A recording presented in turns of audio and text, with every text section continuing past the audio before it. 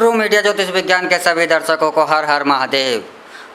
एक कहावत कही जाती है, एक प्रश्न भी बार बार कहा जाता है और एक ये आरोप भी लगाया जाता है कि ऐसा क्या कारण है कि जितने भी देवी देवता हुए सब ने भारत में ही जन्म क्यों लिया और पूरी दुनिया में किसी भी देवी ने किसी देवता ने जन्म नहीं हुआ। जो उसका भी जन्म हुआ, जिस भी महान शक्ति का जन्म हुआ, वह सब भारत में ही हुए।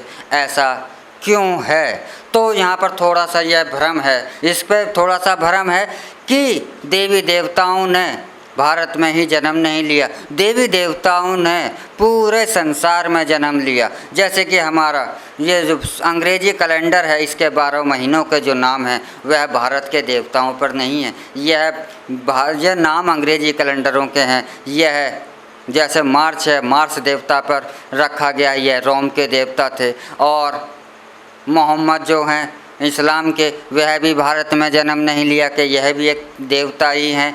ईसा मसीह हैं, इन्होंने भी भारत में जन्म नहीं लिया, यह भी देवता ही हैं। यहूदी जो हैं, इन्होंने भी भारत में जन्म नहीं लिया, यह भी देवता ही हैं। और बहुत सारे जो देवता हैं जिनका आज हमारे को उल्लेख नहीं मिलता, जैसे कि अमेरिका के अंदर एक सभ्यता थी, माया सभ्यता, उनके भी देवी देवता थे, तो उन्होंने भी भारत में जन्म नहीं लिया। लेकिन ऐसा ये प्रश्न फिर भी क्यों उठता है? इसका मुख्य कारण यह है कि भारत का जो हमारा सनातन धर्म है, यह सबसे प्राचीन धर्म है। और जितनी भी बड़ी महाशक्तियाँ हैं, यह आज से जो प्राचीन काल में, ये आज अमेरिका जो है अलग भूखंड है, पानी के अंदर तैरता हुआ, ऑस्ट्रेलिया अलग भूखंड है, यूरोप अलग भूखंड है, अफ्रीका अलग भूखंड है। यह सब के सब भूखंड अलग अलग नहीं थे प्राचीन काल के अंदर। और यह पूरी पृथ्वी जो है, जमीन जो है, एक साथ जुड़ी हुई थी। ऐसा विज्ञान भी आज का मानता है कि हाँ, किसी समय पर यह ज़मीन थी और यह अलग अलग 7 महाद्वीपों में बट गई। तो उसी समय से जो संचालन होता था भारत का, तो यह भारत का हिस्सा जो पड़ता है पृथ्वी का, ईशान कोण पड़ता है।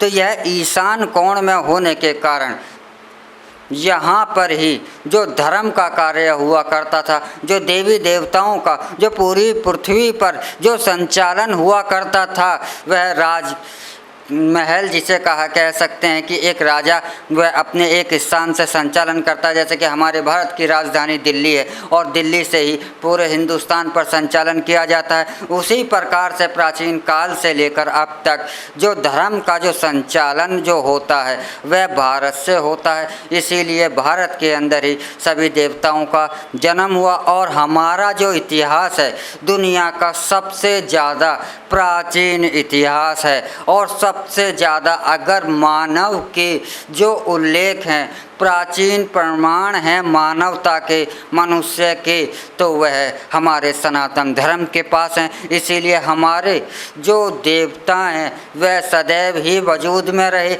और अन्य स्थानों के देवता थे वह कालांतर के बाद वह समाप्त हो गए, क्योंकि वहाँ पर किसी भी बड़ी शक्ति ने जन्म नहीं लिया, वहाँ पर छोटे देवताओं ने ही जन्म लिया। और जो भी बड़ी शक्तियाँ थीं जो इस पृथ्वी का संचालन करती हैं, उनका जो केंद्र रहा वह भारत रहा। और भारत भूमि, पूरी की पूरी भारत भूमि ही तपोभूमि है, पूरी की पूरी भारत भूमि ही देवभूमि है, पूरी की पूरी भारत भूमि ही सनातन भूमि है। तो इसी कारण से यह कहा जाता है कि हमारे जितने भी देवता हैं सब ने भारत में ही जन्म लिया, क्योंकि धर्म का संचालन, मानवता का संचालन, इंसानियत का संचालन जो हुआ यह भारत वर्ष से ही हुआ।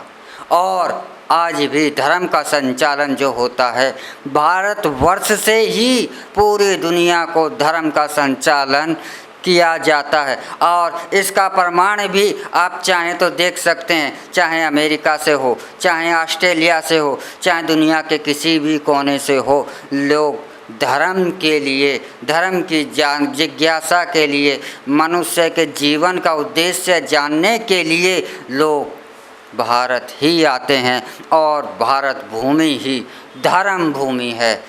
इसीलिए जो भी देव और जो भी देवता थे, जो भी धार्मिक शक्तियाँ थीं, उन्होंने भारत में ही जन्म लिया और दुनिया में वह जन्म नहीं लिया, क्योंकि भारत जो है ईशान कोण में है और पृथ्वी के नक्शे के अनुसार यह धर्म कर्म की ही भूमि है। इसी कारण से भारत के अंदर ही सभी धर्मों का समावेश पाया जाता है। भारत को अगर अलग हटा दिया जाए तो पूरी दुनिया के अंदर ऐसा कोई स्थान नहीं है जहाँ की सभी धर्मों का समावेश हो। यह भी एक प्रमाण है कि जो भी देवता हैं, जो भी शक्तियां हैं, वह भारत में ही स्थान उनका है मुख्य और निवास करती हैं और यहीं पर अवतरित होती हैं। वह महान शक्तियां यहीं पर प्रकट होती हैं और संसार को एक मार्गदर्शन कर कर उनका संचालन कर कर और यहीं से